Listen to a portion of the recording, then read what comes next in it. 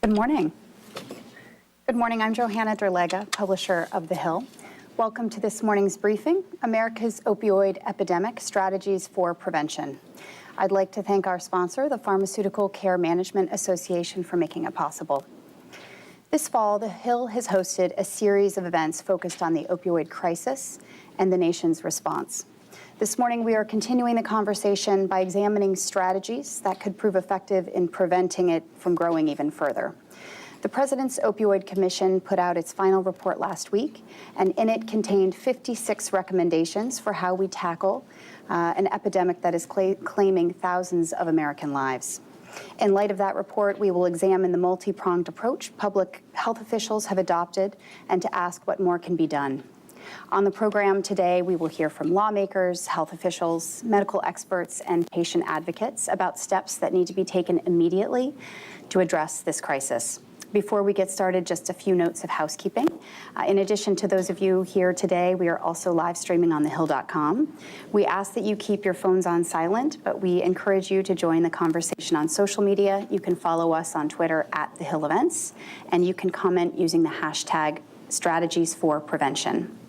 We're going to be taking questions from the audience during the program, so keep an eye out for members of the team with handheld mics. And finally, there is a short survey on your chairs. We would love your feedback, so please do fill that out at the end of the program. So let's dive right in. We begin this morning with the senior senator from New Hampshire, a state that has the second highest rate of overdose deaths in the country. Senator Jeanne Shaheen, a former governor of New Hampshire, is a member of the Senate Appropriations Committee. She has been a leader in Congress on the opioid crisis. Welcome, Senator Shaheen. And joining her on stage is my colleague, The Hill's editor-in-chief, Bob Cusack. Bob, I'll turn it over to you.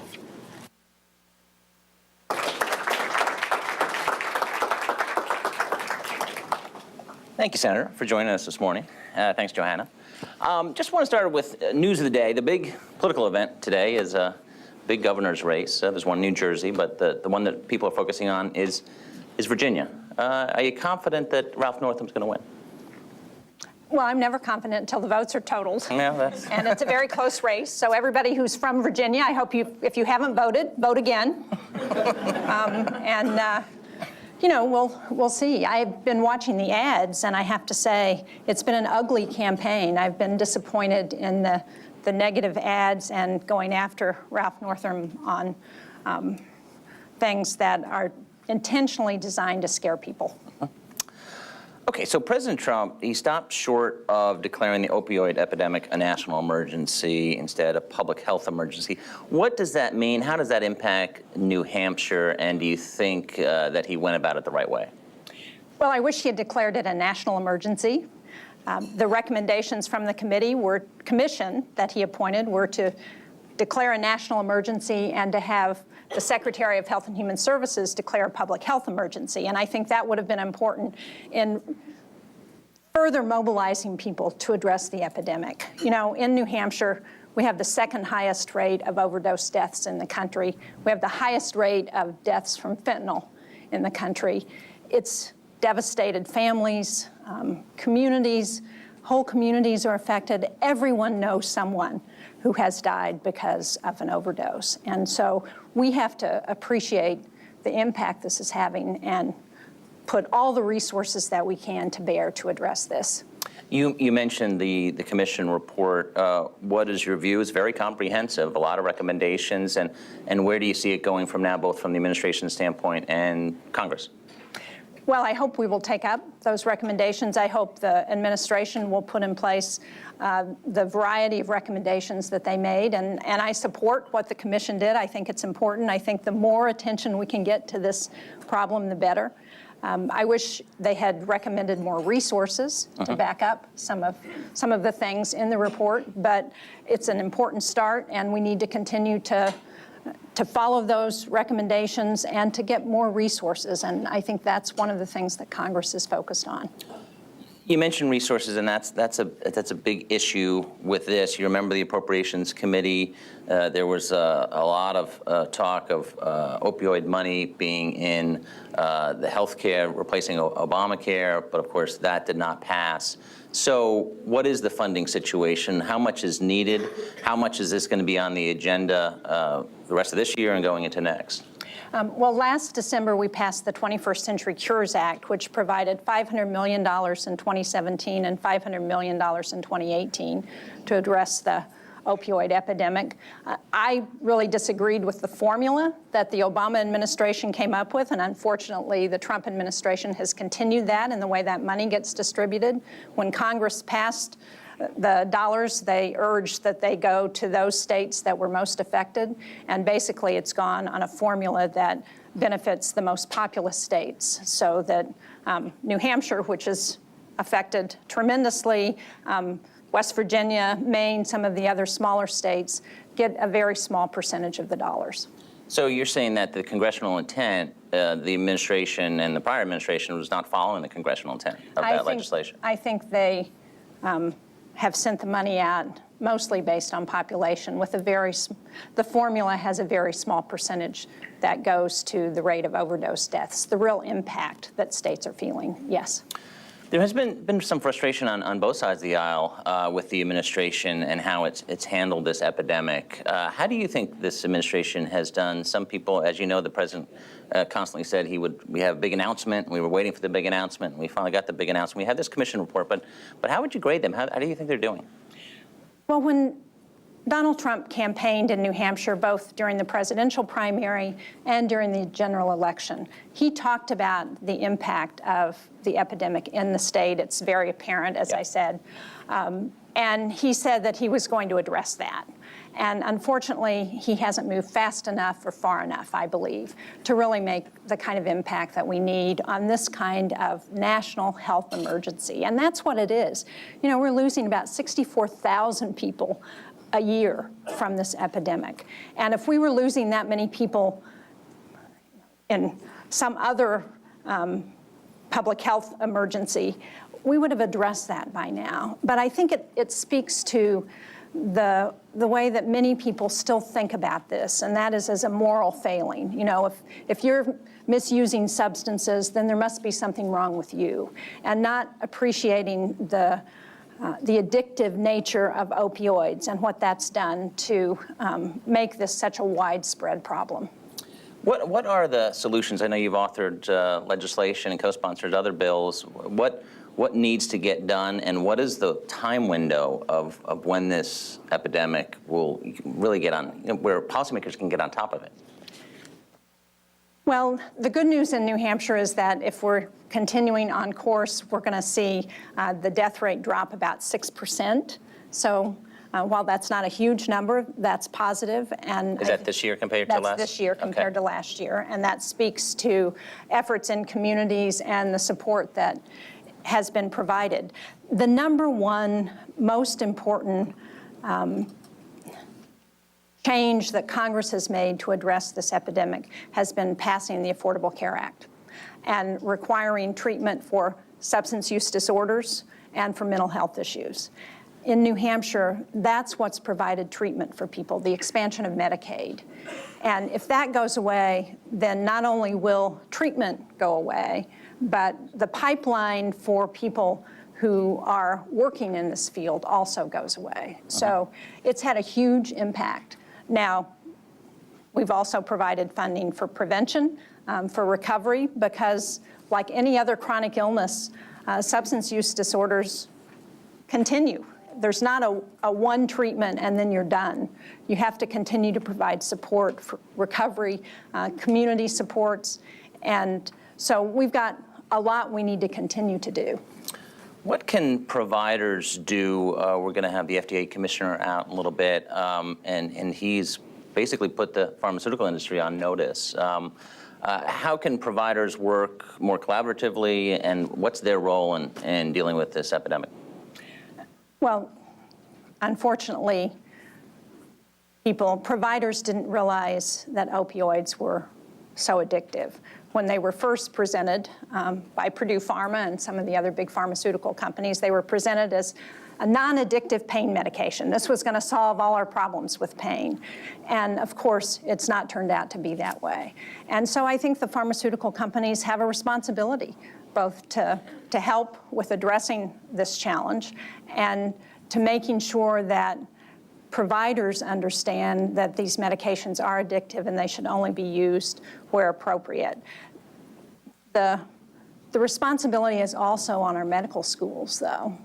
If you talk to many doctors in New Hampshire who have been practicing for a long period of time, they will tell you that they got almost no training around prescribing. And so that needs to change. And prescription drug monitoring needs to be as robust as possible. We need to support those efforts. And we really need to look at this. As I say, there isn't any silver bullet solution. There are a whole range of things that we have to do. And one of the things that I was pleased to see in the commission report was a recommendation for continuing education around prescribing for medical providers. And making that mandatory. Yes. President Trump has promised a mass media campaign. We've seen these before, debatable of how much just say no from the Reagan administration. But if you have any type of mass media campaign, what are the ingredients that need to go into it? And that would require a lot of money. It would. And do you think that is, what is the message on prevention? What have you seen work in New Hampshire and not work? What I've seen work in the state is people working together. So one of the things that has been very successful, I'll give you an example, in the community of Laconia, which is a small town in the Lakes region of our state. If you've heard of Lake Winnipesaukee, it's on the lake. And one of the things they figured out very early is that rather than trying to put people in jail, they needed to get people into treatment. And so they designated an officer on the police force who did nothing but work to get people into treatment. So whenever he found somebody who had a substance use disorder, instead of trying to put them in jail, he would actually try and help them get into treatment. And they've worked with the schools in the community, with the hospital, they have recovery center now, and everyone has worked together to try and address this challenge. And that's what I've seen work the best. How closely are you working with HHS and the agencies, and have they been responsive to your requests on opioids? They have been. Okay. You know, again, we need to provide funding. So when HHS can only do so much if they don't have the money to do that. And so what we need to do as Congress is to make sure that funding is there to help them. A little bit later, we're going to open it up for questions, so think of your questions. I do want to ask you, you mentioned the severity of this problem, which I don't think, even though with all the attention on it, still gets enough attention. 91 people dying each day. And these are Republicans and Democrats. Right. And this is across the country. So just in the Senate, have you, it's a clubby institution, but are you working with other senators who have major problems in their state? And what has that collaboration been like? There is bipartisan support to address this problem. Now, where the support breaks down is around the funding issues. And around health care, as we saw in terms of the effort to repeal the Affordable Care Act. But Rob Portman, for example, he and Sheldon Whitehouse, Rob Portman, Republican from Ohio, and Sheldon Whitehouse, Democrat from Rhode Island, worked together over a long period of time to put together the Comprehensive Addiction and Recovery Act, CARA. They got a lot of us involved as co-sponsors, and they were able to get that done. Again, it didn't have funding with it, so that was a little easier. But the 21st Century Cures Act, which had the $1 billion in it, had a lot of bipartisan support. Do you think, and the 21st Century Cures Act was kind of like seeing an eclipse. I mean, it was a bipartisan health bill. And do you see any hope for that. You mentioned the Affordable Care Act and how that was so important. And Senator Portman was one of the ones, was kind of the holdouts and looking for stuff specifically on opioids. So in the Republican repeal and replace bill, would they have kept some of those provisions, or would they have been knocked out on prevention? Well, in the last repeal bill had $45 billion that was designated to go to address the opioid epidemic. And some people may know that Bob Casey took that $45 billion and has put in a bill to continue to fund the opioid epidemic at $45 billion, so it amounts to about $5 billion a year. Now, I don't think that's going anywhere, but that's important if it's on top of the health care that's already available. But if you take away the health care through the expansion of Medicaid, through the Affordable Care Act, it's a drop in the bucket to replace that. And the important thing is not just the requirement that you have to provide treatment for substance use disorders, but it's also the mental health component as well. What we know is that so many people who have substance use disorders also have mental health issues. And if we don't allow them to get help for the mental health issues, then the substance use piece is going to keep coming back.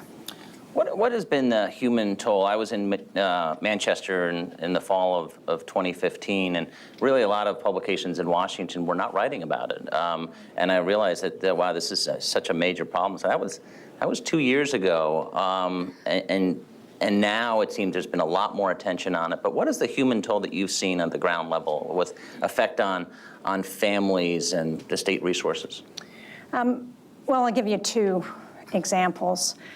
I was at Catholic Medical Center, which is one of our biggest hospitals in the city of Manchester, the biggest city in New Hampshire. And they were reporting, I had the head, Dr. Volkov, who's the head of the Office of Drug Abuse in NIH. And they were reporting to her about having 7 overdoses of carfentanil in the emergency room in one day. And what they had to do to address it, because this is so dangerous that you can't just, if it gets on your skin, it is a problem and it could be lethal. So they have to come up with all these new requirements for how to address those kinds of overdose patients when they come into the hospital. And the fact that she was really impressed and took back some of what they had learned about how to address this. The other is a friend of mine who's, she and her husband are middle class, or he was middle class, had a good job. Their children were grown, and he had a back problem. He was prescribed opioids for his back problem, and he had been on them too long. The doctor suddenly took him off. It created depression so bad that he went out and bought a gun in the morning, went home and shot himself in the afternoon. And those are the kinds of stories that sadly almost everyone in New Hampshire can tell about friends or family. And you know, that has a long-term impact. Sure. The other impact is on the kids. We have so many children now who are being raised by grandparents whose parents have either died from an overdose or are no longer functional. I have another friend who's an attorney who has his 3 grandchildren because the son-in-law overdosed and the daughter can't take care of the kids because of her substance misuse problem. And he said to me, you know, I just want to live to be 80 so I can get the youngest one out of high school. That next generation is facing a devastating toll. And unless we deal with this, we're going to see that happen to generation after generation. So we've got to get this under control. And that means we've all got to come together and provide resources to help communities and families. Powerful stuff. Why don't we open it up for questions if you can raise your hand, and we have people with mics, and just identify yourself and if you can, keep it short so we can get a lot of questions in the last few minutes. Senator, thank you so much for being here. So just a question about funding. You talked about some of the challenges with 21st century cures. I was hoping you might also speak about the CARA bill and the funding level for its provisions, kind of where things stand with the CR that we have right now and what the outlook is for fiscal year 2018. Well, CARA, as you know, authorized funding. It didn't actually appropriate any money. And so in the appropriations process, we did increase funding under the Commerce, Justice, and Science Subcommittee, which I serve on, and we're able to get additional funding for CARA. We haven't funded it at the maximum level yet, although the $500 million will help us do that. Now, if we have a continuing resolution, that will affect those funding levels, and we won't be able to get in as much money as we would like. So I'm hopeful that we will get some compromise that will allow us not to just do a straight CR for the rest of the year, but will get us an omnibus package that includes additional dollars. Have a month to get it done. Yes, or at least, right. Right up here in the front. Also, thank you, Senator. I have a brother who's a physician in Conway, beautiful place, in New Hampshire. New Hampshire. He tells me about the challenges of the treatment of patients, particularly, as you mentioned, carfentanil.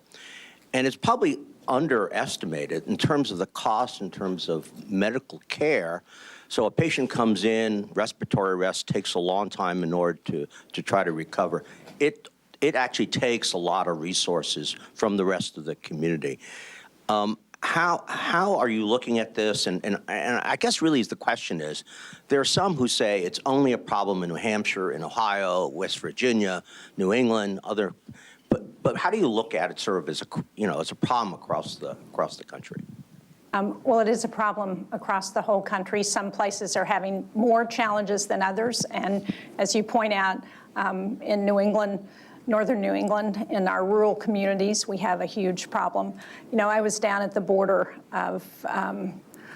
in Laredo back in 2015 talking to Customs and Border Patrol agents, and they said that what they've seen is that the illegal drugs, so heroin, comes across the border there and it goes up the interstate, so up 95 to northern New England, up 35 through the middle of the country.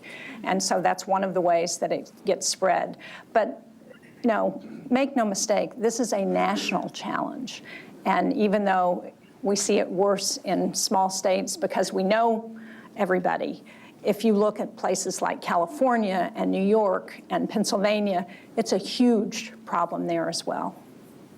So I think that's part of my belief that we've got to provide additional resources for communities. Senator, thank you. Going to echo everyone. Thank you again. My name is Jesper Vandenberg. I'm from George Mason University, their international security program. I had a quick question on looking forward to America's next potential epidemic. And I was wondering if you could speak to any of the policies in place or skills that we've picked up to make sure that, when America faces its next healthcare crisis, we, stop it before it grows to the level that the opioid epidemic is at. No, I don't have any.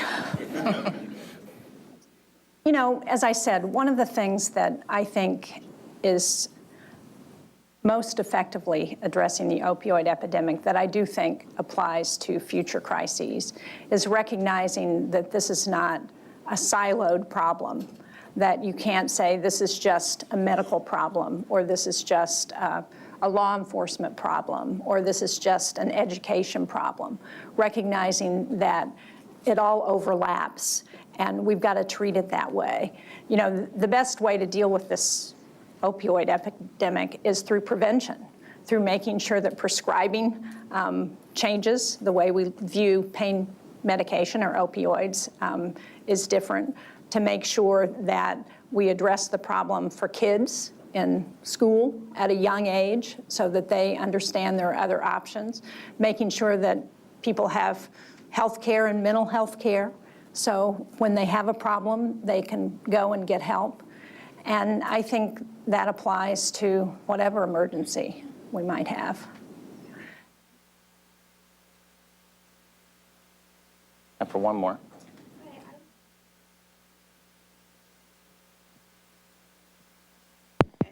I was in drama. I was just wondering.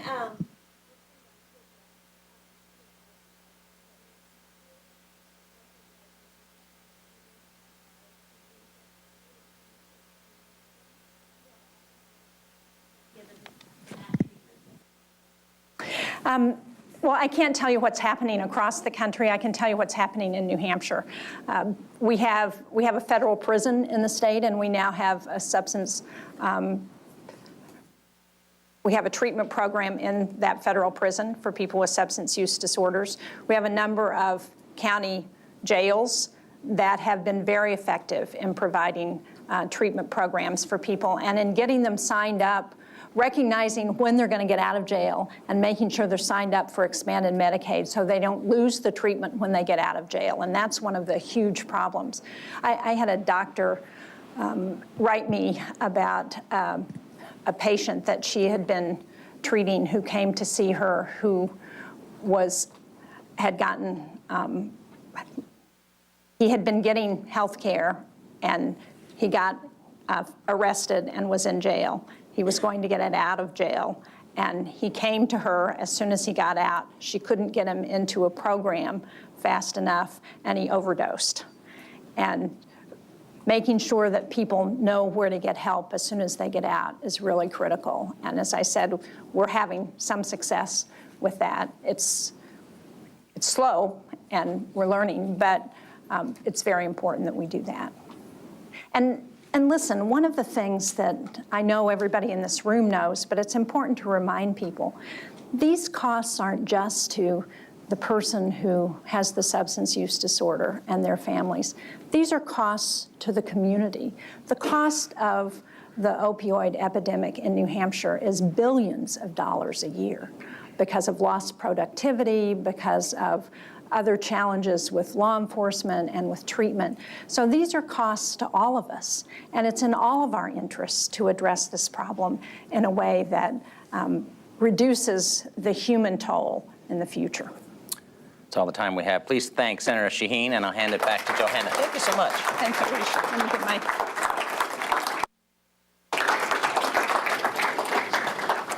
Thank you so much to the Senator. Bob is staying back for our next conversation.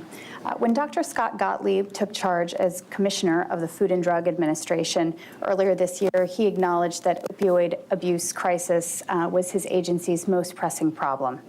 Since then, the FDA has begun to lay out its approach to tackling the crisis.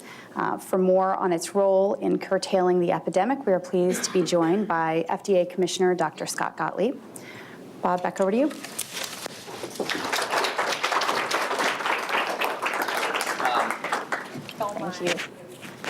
Let me give you my mic back. Very important issue. I do want to ask you about. Oh,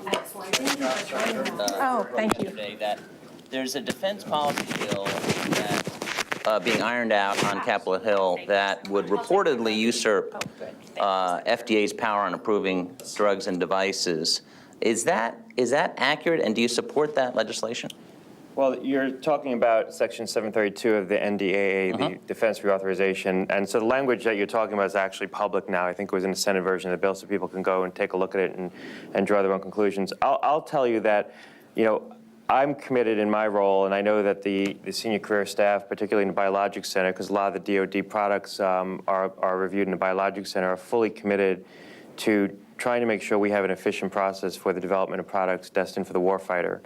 And there's an alternative proposal to the language that's in the NDAA, another idea that would apply a breakthrough therapies-like pathway to products that are destined for the warfighter. So DoD products that are intended for use in a battlefield setting would be looked at through a special process that would apply FDA's highest level of regulatory touch to those products to make sure we're giving them, proper oversight, proper supervision, but also accelerating them to market, recognizing that products that address a battlefield setting like freeze-dried plasma, resuscitation devices, do deserve special treatment. We're willing to apply that. I'm fully committed to it. And I think the alternative proposal would achieve a lot of what DoD seeks, which is some ability to get products to the battlefield setting more quickly. The alternative proposal would also couple that breakthrough therapy-like process for products destined for the warfighter with an expansion of FDA's existing emergency use authorization authority. So instead of just having authority to EUA products in a setting of a chemical, biological, or radiological attack, we would now have the authority to also EUA products in a setting of an outbreak of war if there was a product that needed to be emergently deployed in the battlefield. But it would retain it with FDA.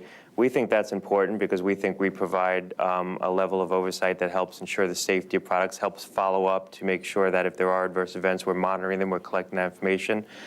So we think keeping it within the FDA context is the right thing, but we think we can both achieve DoD's goal of trying to accelerate products to the battlefield and still keep it in FDA's context. Who has authored the alternative proposal? Who's pushing it? And this will be an amendment? Well, the alternative proposal, there's language that's been shared with both the House and the Senate. We fully support that language.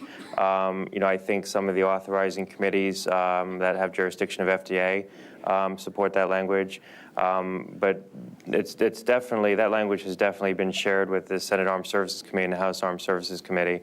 And I'm willing to make whatever modifications folks want to consider with respect to that language. I think it's important to keep these things within the context of the FDA process, and I'm fully committed to trying to expedite products for the warfighter. And I will have the time, if they pass the language that has been put forward, the alternative language, we will commit to very quickly putting in place the implementing guidance to stand up that process.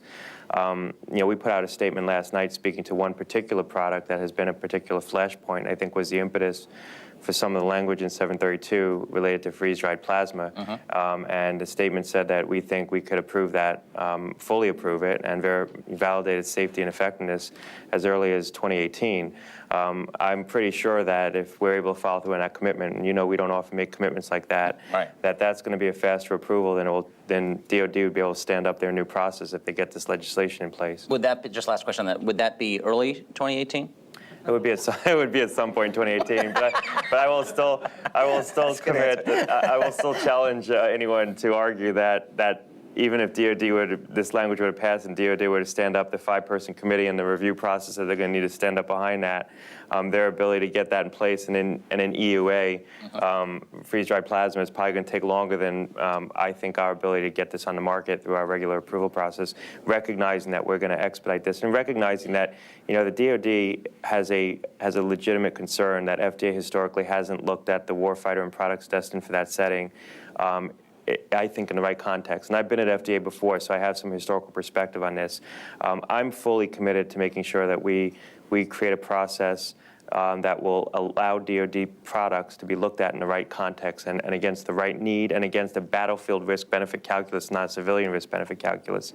The language that has been put forward, the alternative language, would allow that to happen. Okay, so on opioids, you said last week that to get ahead of this epidemic, we have to be potentially intrusive and get outside of our comfort zone. What do you mean by that? Well, I think that there's a lot of things that we're going to need to contemplate doing that I think there's going to be people who have concerns about it if we start looking at mandatory education or taking steps to try to restrict dispensing through changes in packaging. I think there's going to be a lot of folks who have concerns about that and are going to think that that's intrusive and it's a form of regulation of the practice of medicine. But I think we're at a point now that this crisis, the proportion of this crisis is so large that the kinds of things we're going to have to contemplate to get in front of it are going to be things that 5, 10 years ago we might not have wanted to do because we would have thought that they were too intrusive into aspects of medical practice. But now we might not have an alternative if we're really going to be serious about trying to take the kinds of measures that I think are going to get in front of this crisis. And I mean, obviously it's got to be multi-layered. You've mentioned short-term supply of packaging. What about, are there, as far as discarding pharmaceuticals? How far can the FDA go in regulating some of these, mandating some stuff? And how much is it that you'll need Congress to do something? Well, not just Congress and the FDA, but you're also going to need the supply chain and other participants. I think that there's certain aspects of this crisis where FDA can play a more profound role, and then there's certain aspects where it's going to require a lot of stakeholders to collaborate. I mean, the parts where FDA has obviously a direct relationship to is in the product approval process, trying to develop non-addictive alternatives to opioids, trying to develop opioids that have shorter shelf lives, so they degrade, so they lose their opioid-like potential. Taking steps to try to reduce overall exposure to opioids, trying to take steps to either better educate physicians or make modifications in packaging, as you started out asking me about, that would reduce overall exposure. We know a lot of people who become addicted to opioids are going to be medically addicted. Their first exposure is going to be through a legitimate prescription. Right. Oftentimes that's for an immediate release formulation of the drugs. And so we need to take steps to make sure when people are prescribed opioids, it reflects careful judgment, and that the dose that they're being prescribed comports with the clinical circumstance. So, 30 days dispensing for minor surgery or an orthopedic injury, that might not make a lot of sense. How much in dealing with this epidemic is percentage of your job, and how often are you getting out to states really hit hard? It's become a big percentage of my job. I mean, it's hard to sort of break down time. People always ask me, how much time do you spend on food and tobacco and new drugs, and it's really hard to figure that out. All I know is I feel like it's a 24/7 job right now. But this is a top priority. This was the very first thing I talked about when I came to the agency, the very first policy process that I stood up when I came to FDA, and I would say I work on this every day. There's some aspect of this I work on it every day. I've done some state visits, went to some treatment centers, met folks who are working on this problem at a state level. I interface with a lot of state agencies on a regular basis. We're going to be doing some more state visits as well as continue to bring in elements of the supply chain. So the PBMs, the health plans, people that we think we could partner with, that we traditionally maybe haven't worked with, but we think we could work with them here. In June, you asked a drug maker to pull an opioid off the market. Are more of those requests going to happen? Well, this was a first from a regulatory standpoint, because we asked for the market withdrawal of an opioid product based solely on an assessment of the illicit risk of the product. So the risks we were looking at weren't manifested in the labeled use of the product, but in the off-label use, or not the off-label use, the illicit use of the product. And related to specifically the way this particular product was being reformulated by people who were abusing it into an injection form that was creating some unique risks, including something that was in the drug itself called an excipient was creating an autoimmune phenomena, so it was creating a particular risk. We're going to continue to look at illicit risk as a component of how we assess risk-benefit both pre- and post-market. I'm not saying FDA hasn't historically done that. FDA always did some component of that, but this is going to become a more prominent part of how we look at risk in this setting, particularly in the post-market setting. We've stood up a big epidemiological group to look at patterns of abuse and misuse, and that helps give us an early indication of how products might be being abused and misused and diverted. And it gives us the ability to investigate those circumstances and look at those risks as a component of how we assess risk in the post-market setting. We made a comment last week at the National Press Club, made a comment about oxymorphone. And we have epidemiological data that at least suggests that oxymorphone might be more likely to be abused because perhaps it's more likable, it's a more abusable compound. We're following that up with a scientific study right now looking at the abuse potential of that compound relative to other opioid compounds. And if we do find that it's more likable and more likely to be abused, because we do what's called likability studies to assess the abuse potential of controlled substances, if we find that it's more likely to be abused, we might take additional regulatory action with respect to the whole class. What is the FDA's power here? I mean, what if you ask a drug company to take something off the market and they don't do it? There's an administrative process that we'd have to go through. Would it be rulemaking or no? enforcement action? There's a process. There's an appeal process, and then eventually it'd go before an administrative law judge. Not having gone through that process myself, and not having only partially completed my law degree. Every doctor at FDA thinks they're a lawyer, and every lawyer thinks they're a physician. So it's sweet justice at the agency, but. Not being steeped in this aspect of the law, I don't want to get out ahead of my skis, but there is a process and eventually ends up before an administrative law judge. Okay. And as far as the study on oxymorphone, is that going to take 6 months, a year? Is it any idea? I'm getting back to the timeline again. Yeah, you're very focused on regulatory timelines. That study was set in motion probably 2 or 3 months ago. It was set in motion at around the time that we withdrew Opana ER. I believe it's underway. We should have the results fairly soon. So I think it's something that we could speak to at least probably within the first quarter of 2018. Okay. Just sort of judging by how long it takes to complete a study like that and when we would get results. How often are you talking to, I mean, I know you talk to a lot of stakeholders, but what is your relationship with drug manufacturers and communicating that, hey, we may have to do some things that you may not like? So, I mean, I obviously, we put out a lot of statements. I mean, I've been pretty communicative trying to issue statements and post speeches, and so I try to communicate with the public through material that we put out.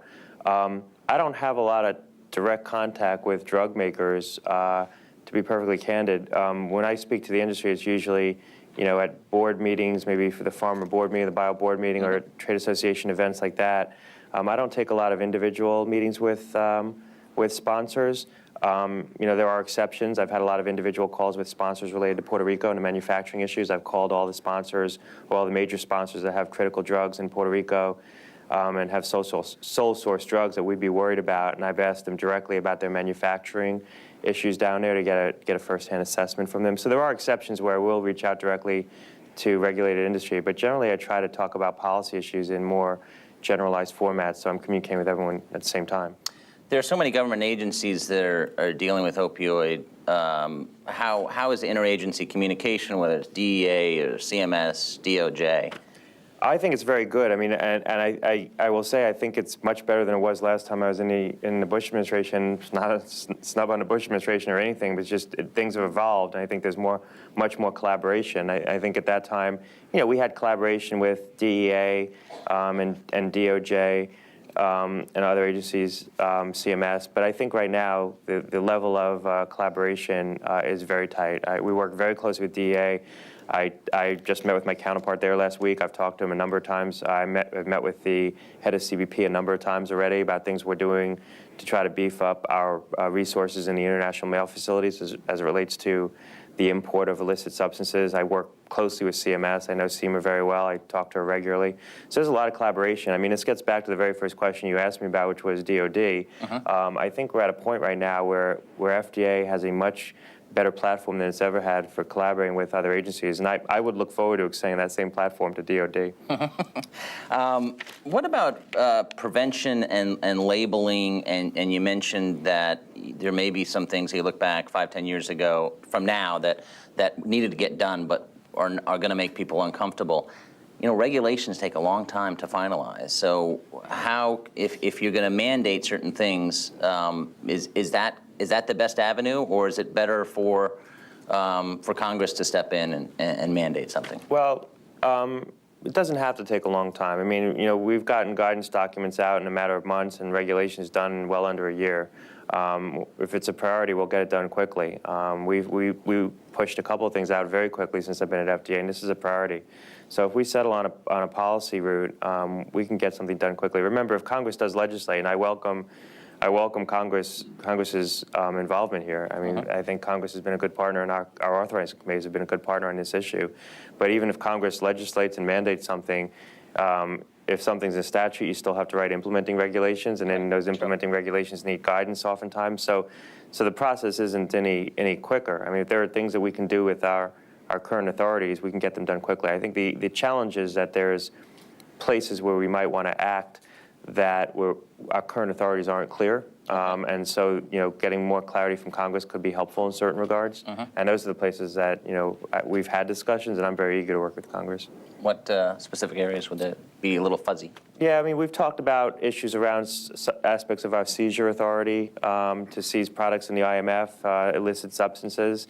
You asked me about the issue around the product that we asked for the market withdrawal of, and the fact that we did that based solely on an assessment of the illicit risk. Congress could come in and legislate there and provide a lot of clarity in legislation. We have the clarity in our own statute, we believe, and we'll implement guidance as well to elucidate that. But there's places Congress could, even if we have the authority, can provide clarity around it or boundaries on it that could be helpful. I think Congress plays an important role here, and there's a lot of interest in doing things on Capitol Hill. I'm sure. On this issue. Sure.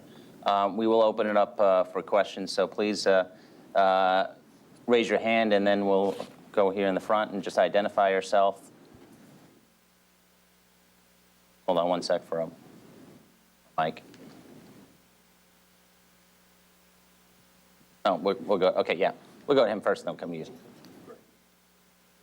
Good morning. Charlie John, Public Policy for Walgreens. I previously served as the pharmacist for our company, so I've seen a lot of good and bad around this. Thinking about the many patients that absolutely need some of these medications, and it's maybe the only thing that's worked for them, but the prudent move might be to limit or perhaps take some of these products off the market. In terms of the alternatives for them, how promising do you feel the science is, I guess, in the applications that the agency is seeing, that we may be close to development of a non-opioid pain medication, and are those qualifying for any of the priority pathways you described?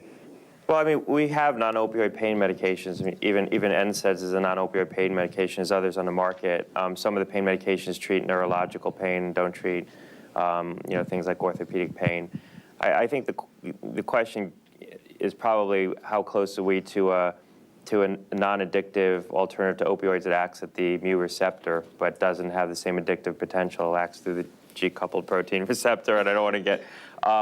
those are in development. I mean, there's early science around that. I don't want to get too specific, but you do see early science around that, and people can pull the INDs and see what's in development.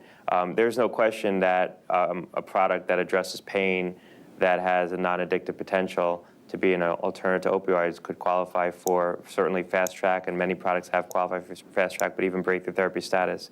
And if there were products that were opioid alternatives that currently qualified for breakthrough therapy status, the public might not know, because that's commercial confidential information. A lot of companies don't disclose it when they get that. So it's quite possible that there are companies that have qualified for breakthrough therapy designation that are non-addictive alternatives to opioids, but it's not something that's been publicly disclosed. We also have a lot of development going on with abuse deterrent formulations or formulations that are manipulation resistant. And I think we're in the early innings of that kind of technology as well. I mean, there's opportunities to see things like prodrugs, where it's an opioid-like drug, but it doesn't develop its opioid-like properties until it goes through a first pass effect, until it becomes metabolized by the liver. So that would be a prodrug. So it's not an opioid until the body actually breaks it down. And that's the kind of technology I think that could offer a potentially useful alternative.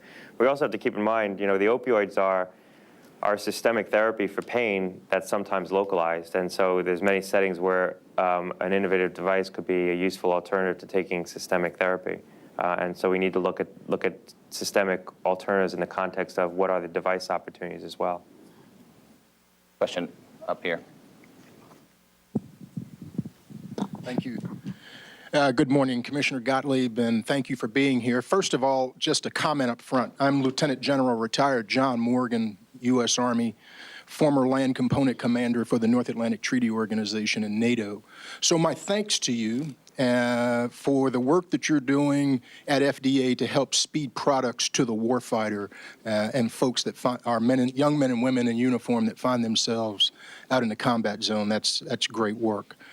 But secondly, as we transition here to opioids, and you recently were on the Hill in front of the Energy and Commerce Committee, and the CDC representative, Center for Disease Control, mentioned, I think it might have even been the chairman, that said that for every opioid death, there are at least another 60 addictions that are out there nationwide for every death.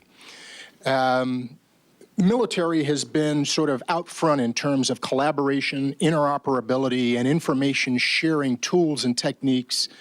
Do you believe that at FDA that there is a place to help get out in front of the problem with prescription drug monitoring and tracking programs that see the prescription in real time before a patient leaves, let's say, a pharmacy with an opioid, the ability to monitor prescriptions in real time?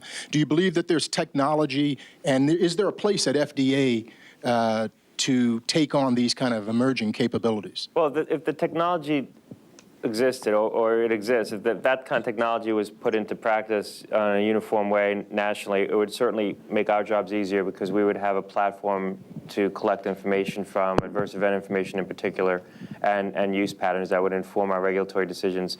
That kind of a platform wouldn't be something that FDA would necessarily mandate nor maintain, but I think that those kinds of approaches make a lot of sense. And we've seen some legislation introduced that would mandate national electronic prescribing for controlled substances.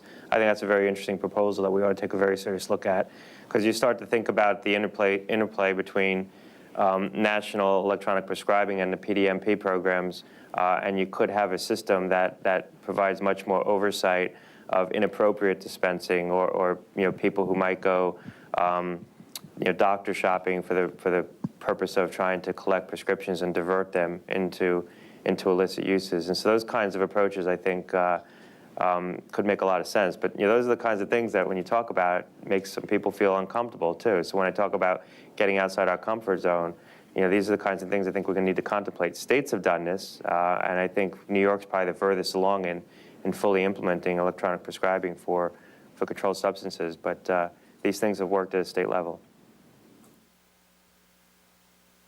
There. One more question. Good morning. My name is Rachel Tetlow. I'm with the American Congress of Obstetricians and Gynecologists. Thank you so much for being here today. I wanted to ask you a follow-up question on what you mentioned before about NSAIDs being an existing alternative.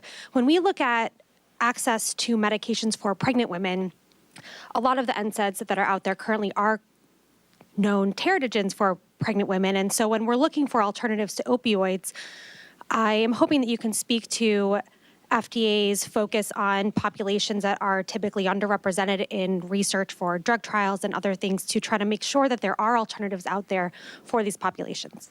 Yeah, I appreciate the question, and I'll just say there's a challenge with studying drugs, particularly in women of childbearing age and in pregnant populations because of concerns around liability. And we've tried to address this through guidance in the past. We've also tried to address it through ways to look at the liability system itself. And we worked on some policies last time I was at the agency in the prescription drug labeling rule.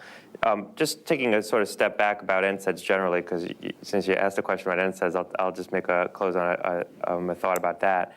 There was, I think, a Harvard letter that came out recently that showed NSAID use has dramatically declined in the setting of treatment of rheumatoid arthritis. And it's actually, I think it's no longer recommended as first-line treatment for patients with rheumatological pain. Looking at that trend line of diminished NSAID use, and this grew out of concern around the potential for cardiovascular risk associated with certain NSAIDs. Obviously, some data that there's small cardiovascular risk associated with certain NSAIDs. Looking at that trend line, it was quite dramatic in terms of the diminished use of NSAIDs in that setting.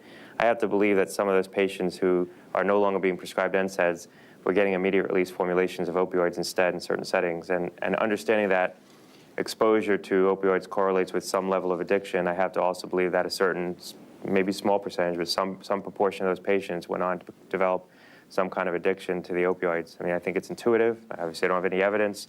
But I think it underscores for us to make sure that we're carefully looking at risk-benefit balance of opioids in a broader context.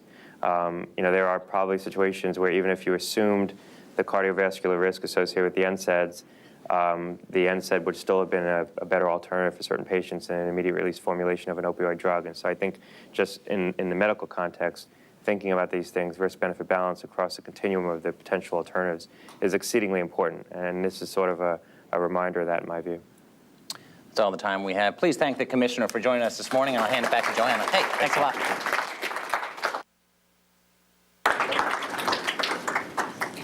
Thank you to Dr. Gottlieb and to Bob.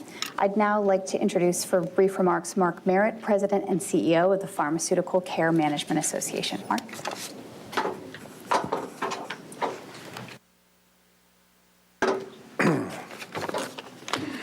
Well, thanks so much to all of you and to Senator Shaheen and Commissioner Gottlieb.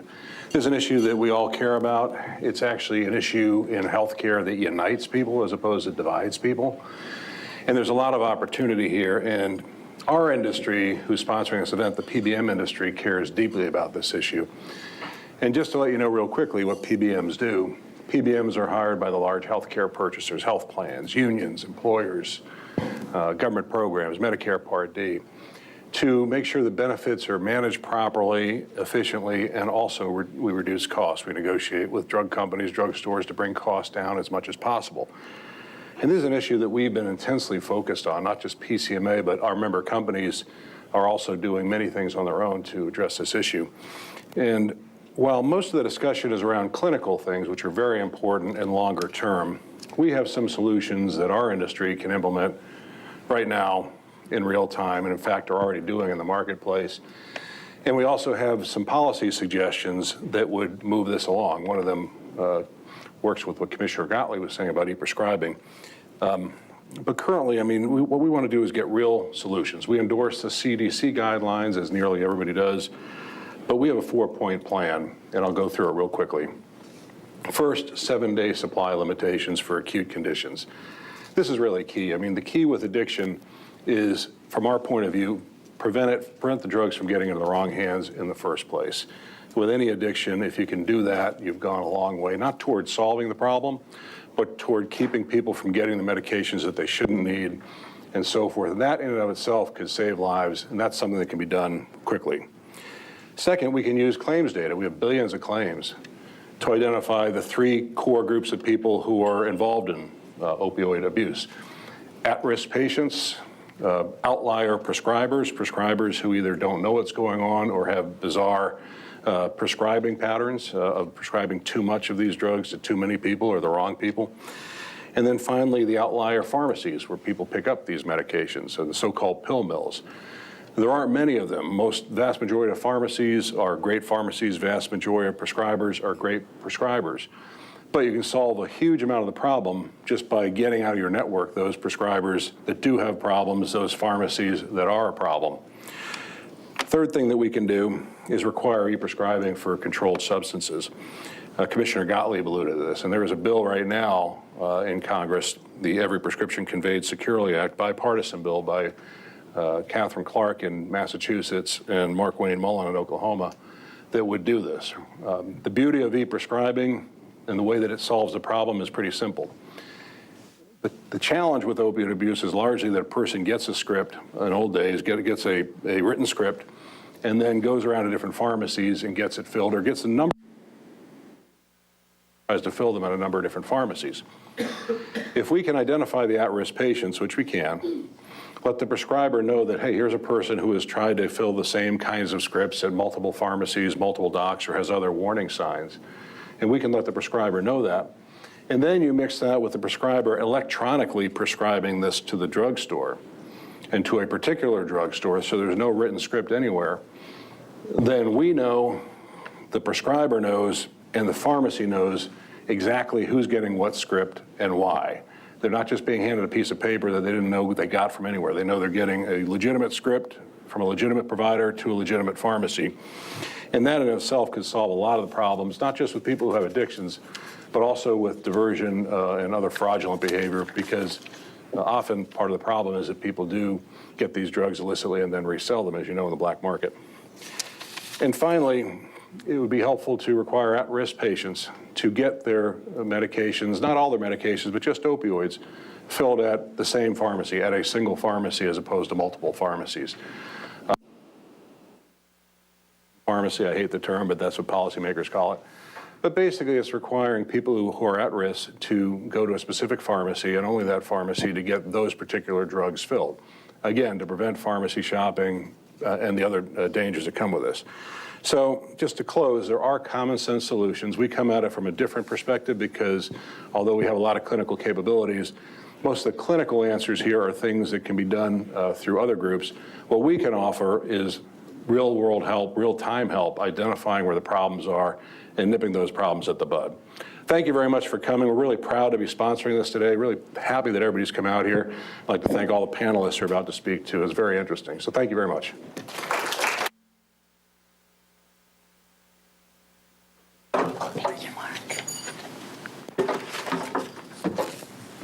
Thank you, Mark. Next up, a deep dive on strategies for prevention. We'll hear from experts about how pathways to addiction can be identified and addressed while providing the appropriate level of care to those suffering from pain.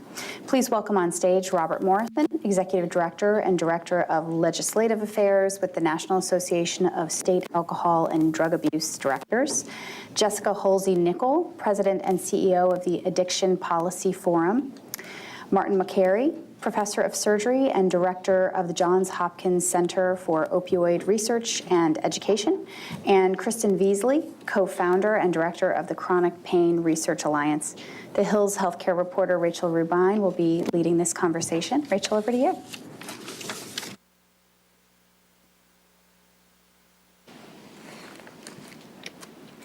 Well, thanks so much, everyone, for being here this morning. Special thanks to our panelists as well. So we have about just 30 minutes. Want to dive right in here and a quick Q&A portion at the end.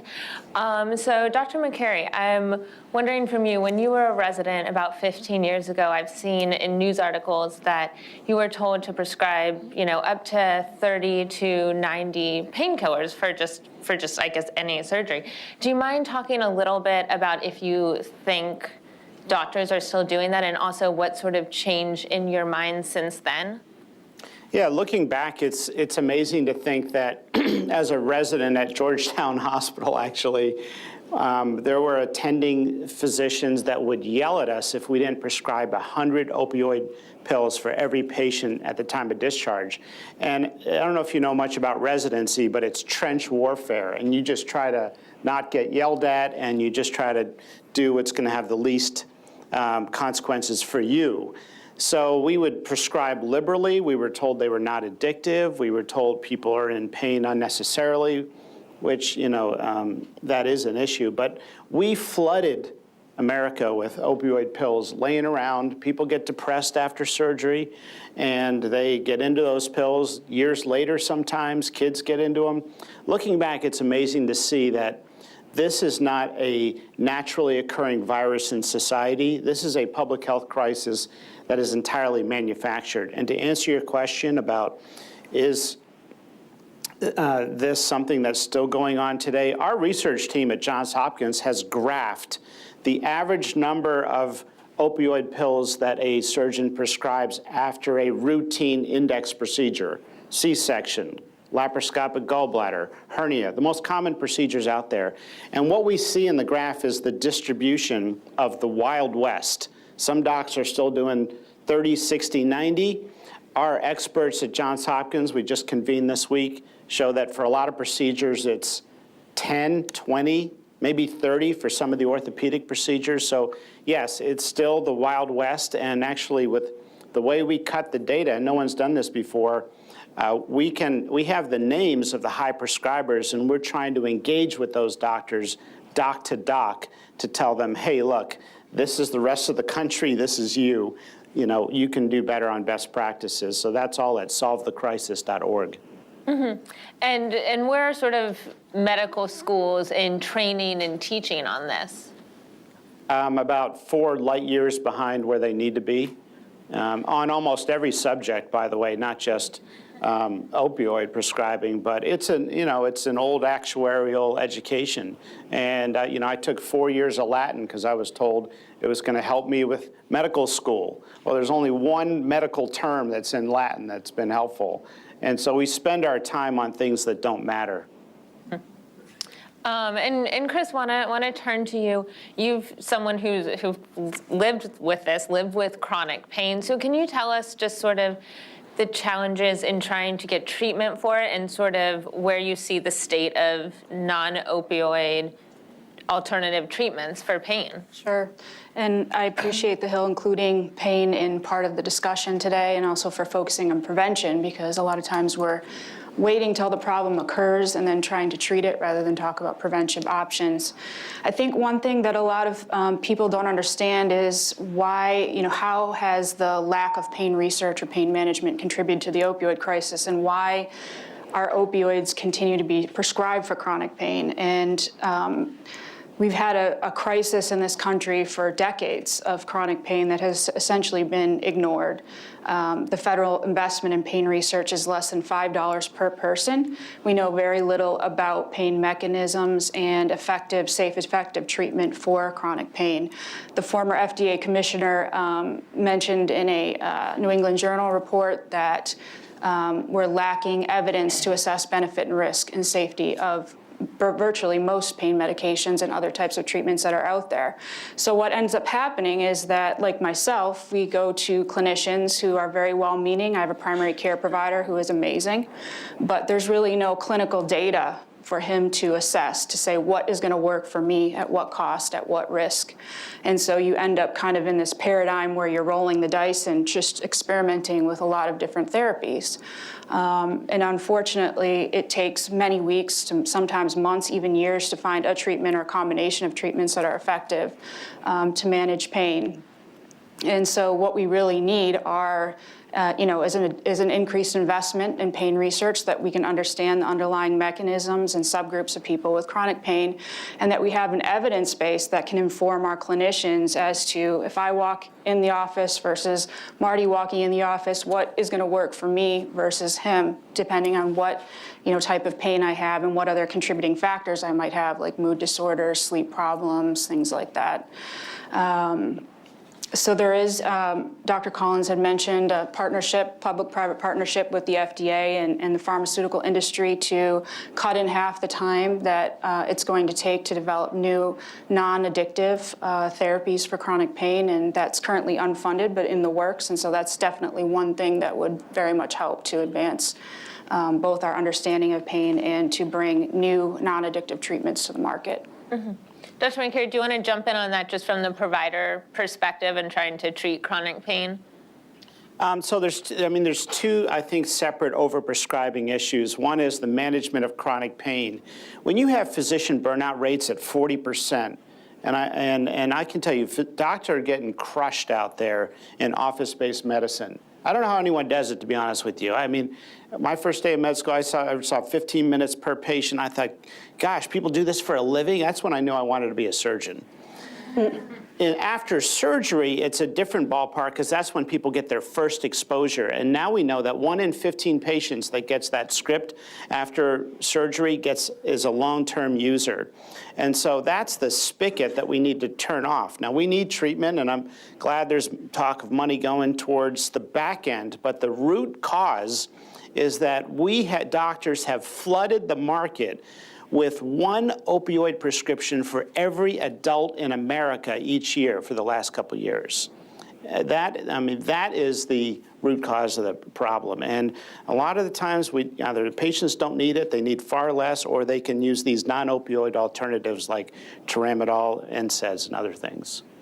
And another aspect of prevention, education. Just could you mind talking a little bit about what you've seen in sort of the prevention space that's worked?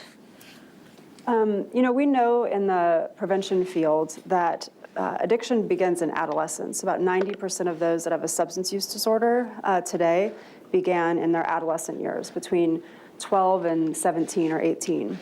And sort of the introduction of any substance, whether that's alcohol, marijuana, prescription medications, heroin, is going to have a different impact on an adolescent brain versus an adult brain. So really, prevention is about delaying the onset of first use. And we have to do a better job of making sure we don't miss this. This is a disease, and like any other disease, it's prevention, early detection, and treatment. We want more people to survive, but fewer people to come into this space in the first place. So things that work are, there's great curriculum out there, programs like Strengthening Families and Life Skills.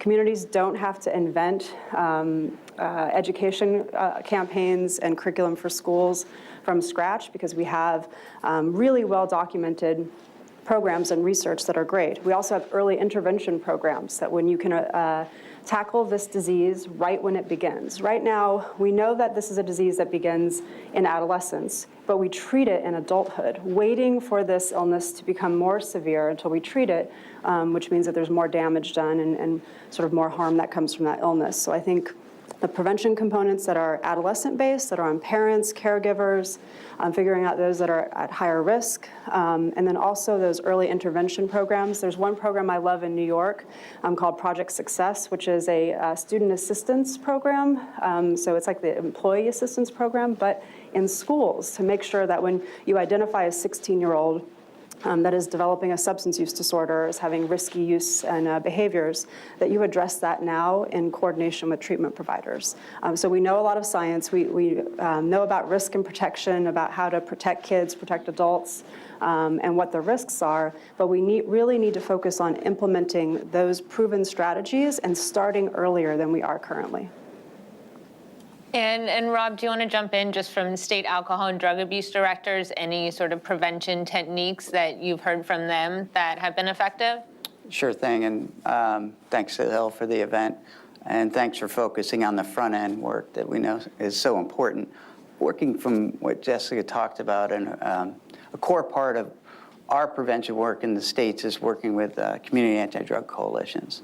I like to say that the fabric of our prevention system, where we can focus on where the issue is, that's at the local level, with a cross-section of representatives from business, schools, parents, law enforcement, to really analyze the situation on the ground, look at access and availability, and also address the community norms in that particular locality, to not accept the use of alcohol and drugs by our youth as a normal activity, and to band together and to continue with pressure on that particular issue.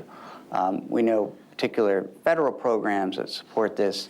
The Substance Abuse Prevention Treatment Block Grant is an important component of our members' budget. About 65% of our budget comes from that block grant. And that's not really well known. Drug-Free Communities program employs a lot of what Jessica noted. Very important program to get at the local level and apply these scientific principles. So we know through our inquiry of our members, every single state identified the opioid issue as a top priority. That was back in 2012. So now we need to elevate, bring to scale these many important interventions. And so off of that, I'm wondering, from you both, if you think this would be effective. President Trump said that he would like a massive advertising campaign on this. His opioid commission agreed and kind of offered a little bit more of a detailed look at what could work. Do you both think that that could have an impact? So we know, just like the continuum of addressing prevention, treatment, and recovery, there's a continuum within the prevention work that we know. So applying a media campaign is important, and rooting it in science and bringing it to scale, and having it be part of a comprehensive approach. States have shared with us, and at our annual meeting each year, we'll highlight states that have looked at effective media campaigns as part of a comprehensive approach. In particular, looking at the data and targeting high-risk communities has been a successful approach, working with prescription drug monitoring programs and leveraging the different agency data. So ensuring that the messaging matches up with a comprehensive approach. Think Smoking in the Truth campaign, for example, or the Above the Influence campaign. Those are two very specific approaches that have had an independent look at the effectiveness. But the only thing I would add is that we need to, one, I think it's a great idea. We need to have more awareness, more education. The audiences are very important. It needs to be tailored, and we need to follow the science. So drug education, we know, does not work as a prevention component for adolescents. So telling a 15-year-old about the dangers of a certain substance or whatnot, adolescent brains are weird. It just doesn't work that way, right? But I think we know programs that have been incredibly effective in the awareness campaign space. We also need to make sure that we are targeting messages at parents and caregivers and others that are sort of wrapping around folks that need these types of supports. And we have to follow the science and make sure that we're sort of using the research to make sure that those messages are tailored. And we've had great success with these in the past. We even funded these for a while with the National Anti-Drug Youth Media Campaign. Had great messages that were out there. We have amazing scientists in the prevention space in this administration that could help tailor that, both at NIDA and HHS and SAMHSA, that this could be a real success and an important tool for the country. Mm-hmm. Now, you mentioned funding. Chris, you also mentioned funding. There's been a lot of talk after the public health emergency declaration that from Democrats, from advocates, that there needs to be some more funding.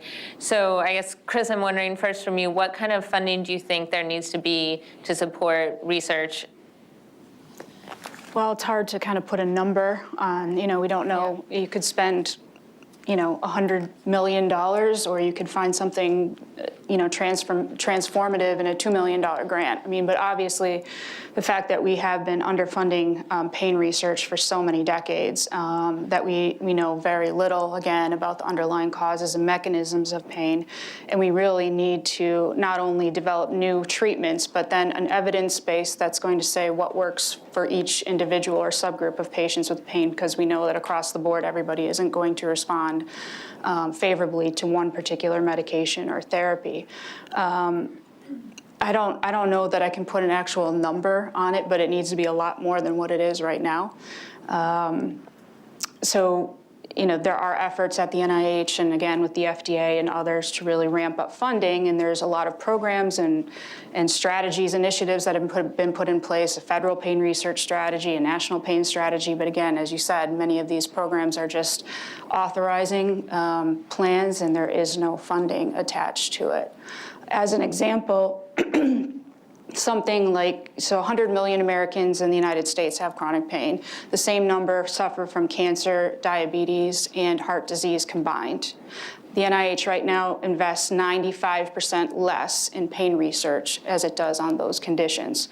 So that gives you somewhat of an idea as to where we are and kind of what ramp up we need to really invest properly in this space. Mm-hmm. Jessica, what are your thoughts on funding?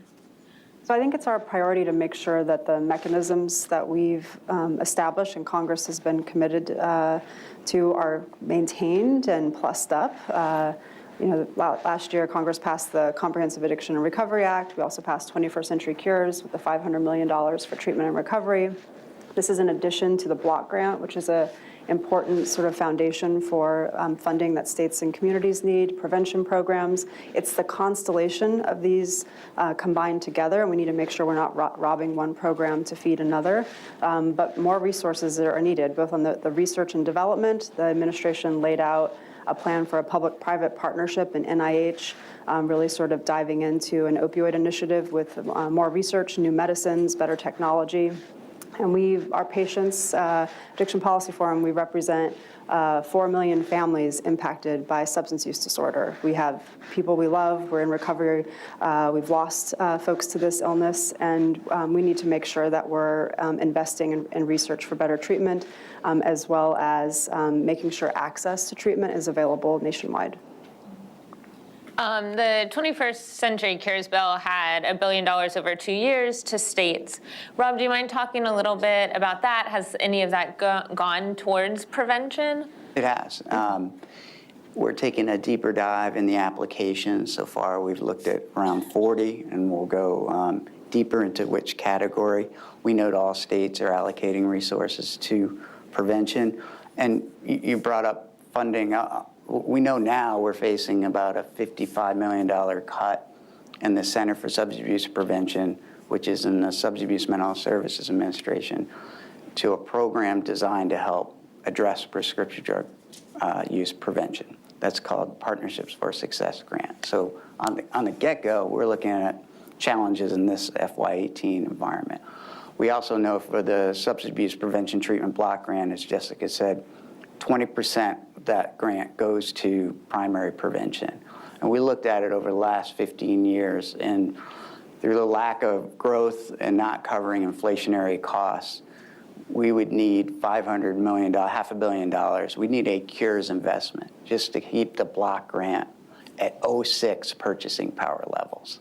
And that's, again, 65% of what our members have for substance abuse prevention. So I agree with Jessica as well, being mindful and having the programs coordinate. But block grant for our members is critical, as is the leadership of the Center for Substance Abuse Prevention's Partnership for Success grant. Dr. McCreary, you had an interesting day yesterday coming up with prescriber recommendations. Do you mind telling us a little bit about that and what they're sort of aimed at? Sure. Well, my research background is really in the science of measuring quality. And in the last few years, it's been really focused on appropriateness of medical care. That is, our healthcare crisis is really a crisis of appropriateness. When you had 2 billion prescriptions written by us doctors 10 years ago go to 4 billion last year, we did not disease did not double over the last 10 years. We have a crisis of appropriateness. So when the opioid epidemic hit, and I sort of had my own confession with how I had been overprescribing unknowingly, I got together all of our pain experts and said, let's come up with at least best practices. When you have a C-section, why is it sort of anyone's style, discretion, feel as to what you like to prescribe? Like, there should be one, best practice for, a patient that's a standardized narcotic naive patient. And so we started asking, and no one knew the answer. Like, people were like, I like to do this, I like to do that. And then they were like, well, after surgery, Dr. McCary, you're a surgeon, you might know better. And I said, well, I don't write the scripts, my resident writes them. And she says, well, the nurses follow up and maybe they would know. And I said, guys, this is pathetic. We're Johns Hopkins, we don't even know best practices. How's the rest of the country managing? So last night, we had a 2.5-hour expert panel posting the results at solvethecrisis.org for all the common procedures in medicine in a narcotic-naive patient. What should you leave the hospital with? What should that script say? It shouldn't be the Wild West. It's often 0, 5, 10 of opioids, sometimes 20 or 30 for certain orthopedic procedures. And we talk about the non-opioid alternatives that can either replace or supplement that. And what's sort of the next step for these recommendations? Are there plans to get it in front of residents, students, doctors? So what we've done with the National Improving Wisely project that I direct through the Robert Wood Johnson Foundation, we engage with outlier doctors one-on-one, sharing their data with them, and doc to doc try to offer help and explain and show them the best practices. Well, we're now doing that. We want to do that for the opioid problem. We've done it in so many other areas of surgical care and management. We want to do it if the funding comes through. If anyone's out there and wants to fund this, we need funding to engage with the high outlier doctors in the United States after common procedures, because we have seen a dramatic behavior change among doctors that we've engaged with on other quality metrics. So this is sort of the low-hanging fruit. We've got their names, we've got the Medicare data, we're ready to engage with the high outlier prescribing docs. Mm-hmm. Just quick, but I think about what would it be like, and in the example that the senator gave today, and he's talking about post-surgical pain, if we had better pain management strategies that were effective and safe, so that we could even limit altogether the exposure to opioids after surgery. For example, one of the things at Hopkins that the acute pain service is doing for knee surgery is sending people home with a peripheral pain pump. So they have, analgesia from the knee down, it's controlled, and they never have to take a single opioid. So that would prevent the exposure to an opioid to begin with and prevent the potential abuse, misuse, diversion, or overdose in a select percentage of the population. We're going to go to Q&A in just a few minutes, so be thinking of any questions you have for our panelists. But sort of on the prescriber front, do you want anything from Congress? Should there be any mandates or no? Well, we'd like to engage with docs. We docs are interesting people. We only listen to our own kind sometimes because medicine's an art and we've got individualized care. We'd like to engage with docs. But to be honest with you, these recommendations that are out there now, like the CDC 7-day limit, these draconian blanket all procedure policies, they're a joke, because in 7 days, I can prescribe 65 opioid tablets. Oftentimes, you may need an ibuprofen and acetaminophen, or 5 or 10. So we've seen this massive overreach, as we often see, where states are having these sort of blanket policies, and the CDC's got these guidelines that are blind to what procedure you had done. If you have periosteum or bone screwed, it's going to hurt like heck. But if you have a lumpectomy, most people are telling us they can get by with maximum 5 opioid tablets. And we're going to take questions here. So right over there. Good morning, Deborah Mikas, Public Health Advisor at FDA. This question is for basically anyone on the panel who would like to address it. And that is, to what extent do you agree that the opioid epidemic originally emerged in rural communities and still tends to be concentrated in rural communities in a very selected group of states. And why do you think that is? Any takers? Rob? Is there something about the, I guess my question is there anything about the social ecology or the medical community in rural areas of West Virginia, New Hampshire, Maine, Pennsylvania? Because obviously, you know, people are getting surgeries and being prescribed opioids post-surgery, you know, all across the country, and yet the epidemic itself, and particularly in terms of deaths from opioid addiction, tend to be concentrated in very selected areas of the country, and maybe there's some clues there as to how we can more effectively address and prevent. So a couple things. I'd say, number one, I think more recently we've been seeing the epi point to some components of that. I'd also say, though, you drive up the street to Baltimore 10, 20 years ago and take a road trip to Chicago. There were heroin deaths that we weren't really chatting about at that point, and that brings in a whole other component of studying kind of the response now versus a non-response earlier. But I think studying the epi and studying the isolation and some of the challenges accompanying rural areas and access to care, I think the number one thing we learned with epidemics is they don't change unless people understand the threat. And to Jessica's point, you have to understand the threat and you have to understand the risks associated with said issue. And I think that's what changed during the crack cocaine epidemic. And I think that's going to be, and that's why this panel is so important, educating the public in a comprehensive approach, including youth and communities where it's going to stick. And we found community coalitions and supporting them in rural areas to be effective. You know what, sorry. So what we know about sort of risks for a substance use, not only for a person, but it's also their community. Those are the environmental risks. And things like poverty, crime, not being able to find a job. Folks develop not just a substance use disorder because of responding to physical pain, but also emotional pain, trauma, undiagnosed and treated mental illness. This is a complex disorder with complex reasons that they develop in the first place. And we're finding a lot of communities where you have a constellation of environmental factors that are leading to a higher prevalence of substance use disorder. Again, that poverty, that crime, and making sure that we're providing specific resources to communities based on what those environmental risks are. We have time for just one more quick question over there. Sir?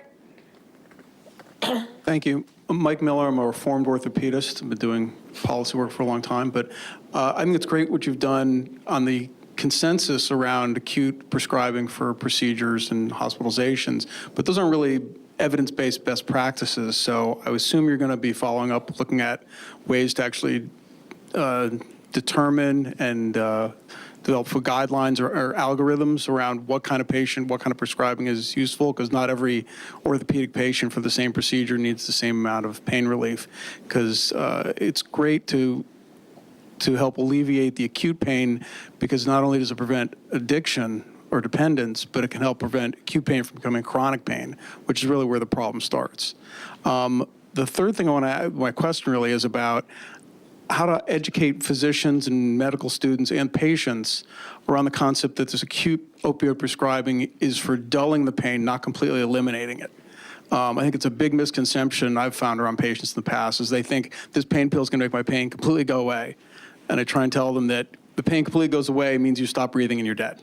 It's going to make the pain marginal. Yeah, so we're creating some patient videos for solvethecrisis.org for doctors like yourself to show their patients before surgery to get rid of this expectation that you're going to be pain-free after surgery. Look, surgery hurts and it can be sore, and we want you to be comfortable, but this idea that you're going to be in dreamland and with zero pain is part of this problem. It's that expectation. So we're educating people about the risks, side effects of opioids, encouraging them to take them when they need them, but also warning them. We've never really had that conversation. And like, to your earlier point, medicine is an art. You know that better than anybody. And so there's no blanket approach. It's not like everybody should get this one thing. But do you know that with electronic health records, the default in there is a 30-day supply? You get 70 opioid pills for routine surgery. So we're just trying to say, look, in the trenches of the residency, where they're writing scripts, 50 a day, let's use some more reasonable starting point. The evidence, the evidence-based concept sounds good, but my only issue with the evidence-based bandwagon is that it takes 100 years to get all that evidence together. Can we use wisdom-based healthcare and listen to docs like yourself? And unfortunately, we're out of time, but thanks so much, everybody. Thanks a lot.